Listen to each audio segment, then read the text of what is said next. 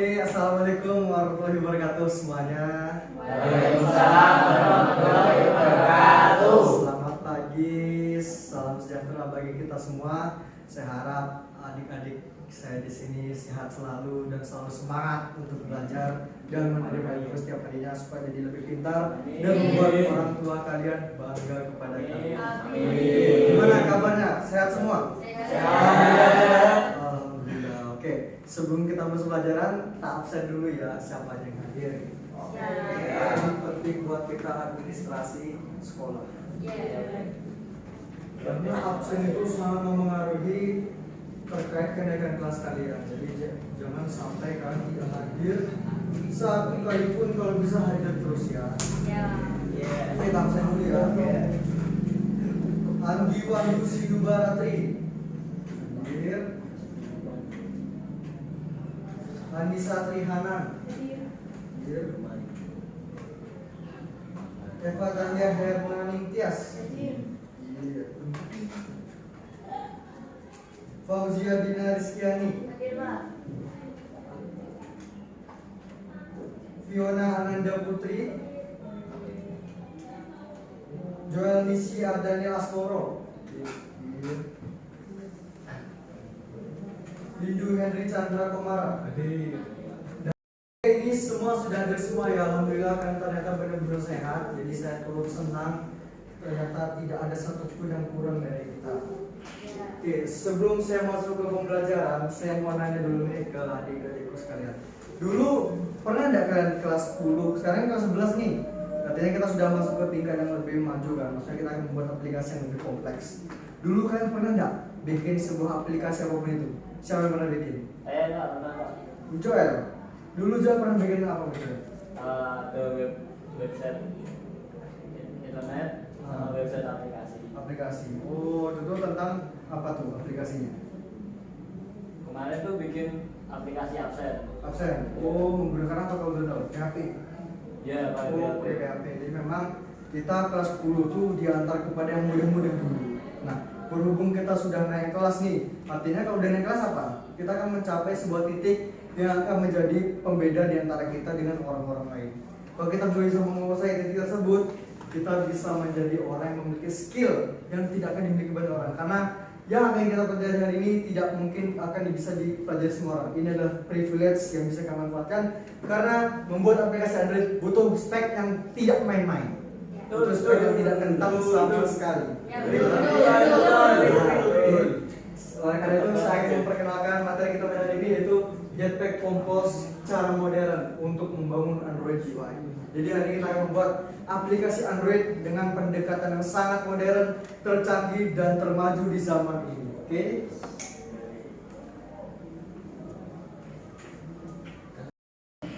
Oke, selanjutnya saya perhatikan ya supaya tidak panas dan materi kita kelihatan dengan jelas walaupun dengan mata minus 10 sekalipun. Oke, tujuan pembelajaran kita pada hari ini adalah mengetahui Jetpack Compose itu apa, kemudian mengetahui sejarah Jetpack Compose, dan juga mengetahui dan mendemonstrasikan pembuatan Jetpack Compose.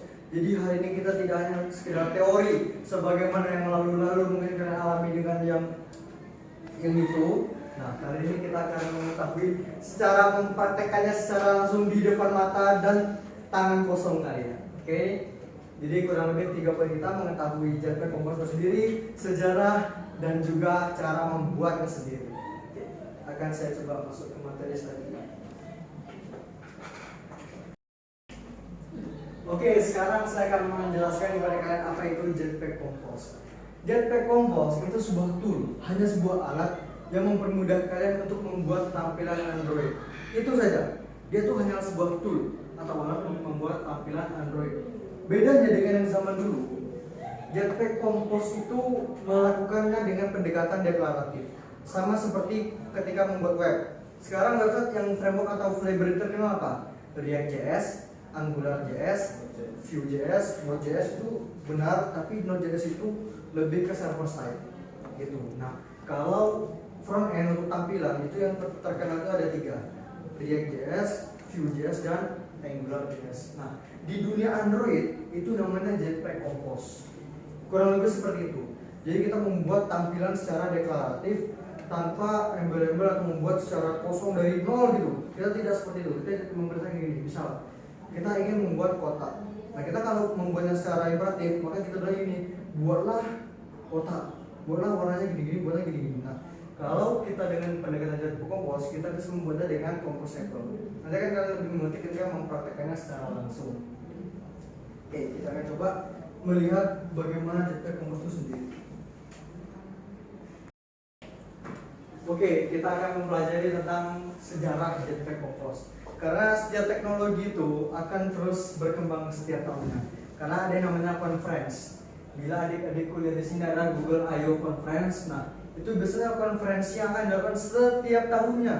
Tidak hanya tingkat internasional, tapi juga tingkat nasional, bahkan tingkat daerah tuh ada. Sebentar lagi ada namanya DevFest di Kota Semarang. Jadi kalau kalian ingin dapat stiker gratisan dari Google, pengen dapat nasi gratis dari Google, pengen yang lain dari Google, silahkan datang ke DevFest. Itu saya kurang tahu lokasinya, tapi di Semarang sini kalau mau datang. Tapi saya kemungkinan mau datang juga sih, mau melihat bagaimana ketemu orang-orang developer yang jauh lebih jago dari saya gitu. Nah, jadi dia ini rilis tahun 2019, masih baru, masih umur 4 tahun. Jadi sebelum-sebelumnya itu mereka menggunakan XML namanya ketika membuat aplikasi Android tampilannya. Jadi akan lebih sulit ketimbang kalian menggunakan composable. Nah, composable ini nanti akan kalian pelajari membuat itu seperti React.js kalau kalian pernah menggunakan React.js. Jadi kalau kita di React.js kita menggunakan fungsi deklarasi. Nah, kalau di sini kita menggunakan anotasi namanya, anotasi yang bentuknya itu add nanti kan saya tunjukkan bagaimana membuatnya. Jadi Jetpack Compose itu langsung dibangun di atas Android itu sendiri. Jadi dia tidak perlu banyak third party library, sehingga untuk menghubungkan antara Jetpack Compose dengan Android itu sendiri dia akan lebih mudah. Jadi tidak perlu ada penerjemah baru, tapi dia hanya menggunakan langsung gitu. Jadi tidak perlu seperti kita tuh gandengan dengan teman kita.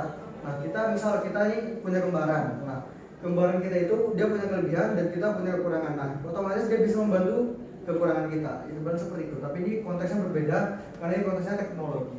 Jadi ibaratnya ini teknologi Jetpack Compose ini adalah bagian dari Android itu sendiri. Tapi dia memiliki badannya sendiri. Nah, kurang lebih seperti itu. Nah, selanjutnya kita akan mencoba mempraktekkan bagaimana cara membuat Jetpack Compose di Android Studio.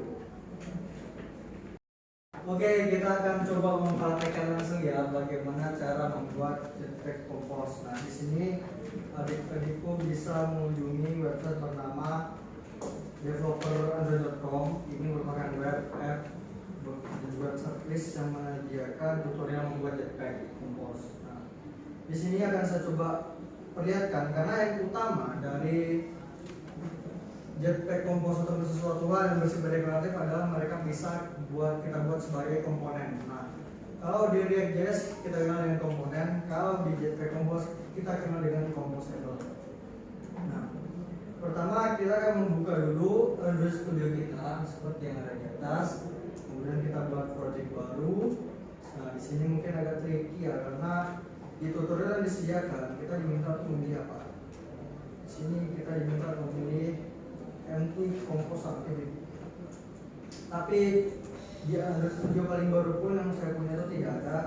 Jadi kita bisa pintar-pintar di kita pilih aja empty activity langsung. Itu kita klik next. Nah, ini nama aplikasi kita kasih misalnya belajar Jetpack Compose. SDK-nya bebas sih, tapi saran saya ya default aja lah. Nanti kan bisa kita ubah juga di dalam Gradle-nya. Kemudian kita finish. Nah, seperti ini aplikasi sudah di-generate, belum ada apa-apa jadi tidak masalah. Ini juga bisa kalian nambahin aja. Nah, untuk membuatnya itu kita bisa buka di main activity. Ini sudah di main activity. Kita lihat tutorialnya. Nah, ini kunci utamanya itu adalah ini. Kita import dulu Android X compose.runtime.composable. Kita mau mengambil composable-nya. Jadi kita bisa tambah di sini, kita paste. Nah, jadi dia tidak akan protes-protes sana. Nah, seperti ini kira-kira sudah ada contoh di sini composable-nya, tapi kita akan membuat versi milik kita sendiri. Kemudian kita kodenya kita samakan saja seperti ini. add composable, klik add composable, terus kita buatkan nama fungsinya message card fun message card, lalu kita berikan dia parameter bernama name dengan tipe datanya string. Nah, seperti yang dulu saya ajarkan kepada kalian cara membuat fungsi. Kemudian kita salin saja bisa langsung ada di sini. Tapi di dunia realnya kalian akan jarang ya mau nyalin ya. Mungkin kalian akan sering berkolaborasi dengan orang lain buat lebih berkualitas. Nah, ini ada pratinjau atau preview dari wujud aplikasi kalian. Bisa kalian ketikkan dulu di sini add preview, terus kita berikan preview font message card preview. Nah, terus kita panggil fungsi yang ada tadi.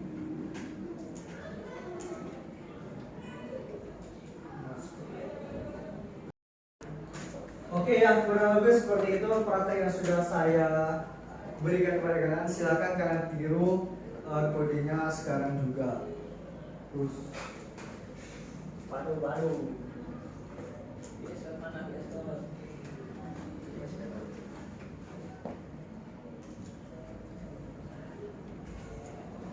Waduh, teman boleh.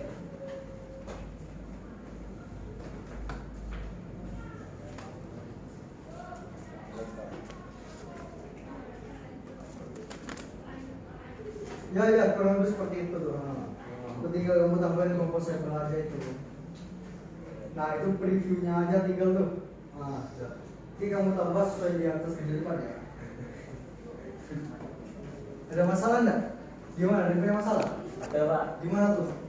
Contohnya mulai. Waduh, memang seperti saya bilang tadi, kalau kalian bisa understand itu memang privilege yang bagus karena tidak semua laptop bisa menghadapi beban satu ini. Wah, ini caranya bisa kalian tingkatkan RAM-nya, atau bisa kalian ganti laptop baru langsung, atau bisa kamu clear dulu cache yang ada di sini atau temporary memory yang tidak terpakai. Nah, ini tinggal ditambahin pemanggilan fungsinya aja nih. Coba dipanggil fungsinya. Nah, terus tuh isi parameternya tuh, isi dengan nama kamu bisa. Nah, seperti itu, mantap. Memang salah satu yang terbaik lah. Gimana? Ada yang mau nanya enggak terkait pelajaran kita sebelum saya tutup? Gimana? Ada yang mau nanya? Gimana Anissa? Bedanya XML dengan JPEG Composer. Wah, jadi perbedaan XML dan JPEG Composer sangat-sangat beda jauh. Karena XML itu versi zaman dinosaurusnya. Nah, kalau JPEG Composer versi modern. Jadi kita kalau bikin XML itu seperti ini kayaknya.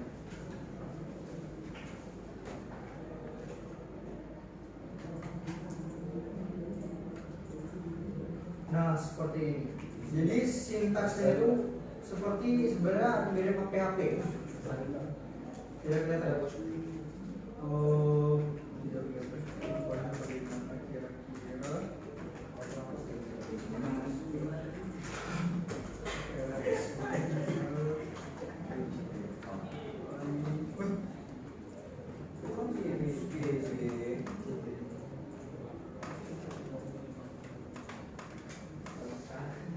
Biar kalian kelihatan ya, ini kita coba saya mulai saya salin langsung ke dalam apa kira-kira, ke dalam notepad.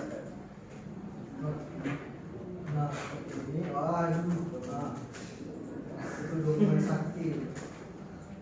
Nah, seperti ini. Ini adalah bahasa yang sangat-sangat sudah dipahami kalau kalian akan belajar kalau secara umum ya. Karena dia menggunakan sintaks yang mirip dengan PHP ataupun aplikasi web yang lain. Misal dimulai dengan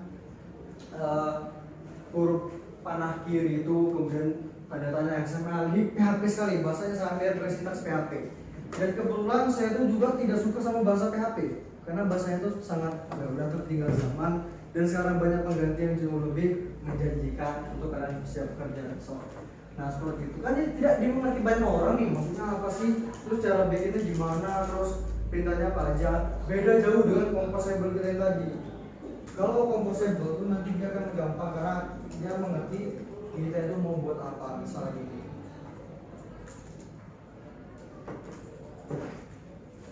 Nah di sini kan kita lebih jelas. Nah kita mau bikin apa? Kita mau bikin message card. Oh kita mau bikin message card. Terus mau apa yang ditampilin dalam message card ini? Kita mau tampil sebuah nama string. Kemudian kita ingin menampilkan teks yang bernama hello nama. Berarti dia memanggil nama kita. Nah di sini ada previewnya gitu. Jadi kita tuh udah jelas gitu loh. Kita mau bikin apa? Ketimbang seperti tadi yang sama sekali tidak informatif gitu. Jadi akan mempermudah pemula maupun apalagi yang sudah bertingkat yang advance ketika masuk ke pemrograman Android. Gimana Anissa udah paham belum? Iya. Oke, terima kasih. Gimana ya? Ada pertanyaan lagi enggak? Ya ada. Oke. Terima kasih ya. Ya saya anggap kalau udah mengerti semua ya, karena itu cukup gampang sekali jadi bisa kita akhiri. Oke. Sebelum saya akhiri pertemuan kita pada hari ini, saya ingin memberikan tugas kepada kalian. Ini adalah tes formatif, jadi akan saya submit ke dalam Google Classroom. Nanti deadline-nya untuk formatif ini seminggu. Ini kalian jawab sendiri sesuai dengan bahasa dan pemahaman kamu.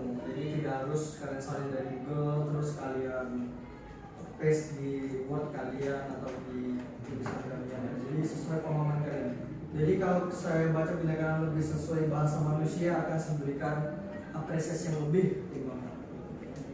Nah, ini ada juga nih untuk tes sumatifnya. Jadi ini menentukan apakah kalian paham dengan telah kalian pelajari. Dan tugas kelompok untuk membuat aplikasi yang sudah dibuat saya di dalam YouTube ini. Jadi kalian ikuti tutorialnya, terus di situ ada exercise-nya, silakan kalian nanti kerjakan. Kalau ada pertanyaan silakan tanya kepada saya. Kelompoknya siapa aja sudah saya submit ke Google Classroom itu. Pokoknya semua sudah saya lakukan dengan adil. Kalian juga harus berkolaborasi dengan GitHub.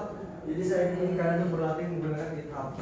Ini adalah tools wajib yang harus kalian kuasai sebagai siswa-siswi rekayasa perangkat lunak SMK Negeri 10 Semarang beramal.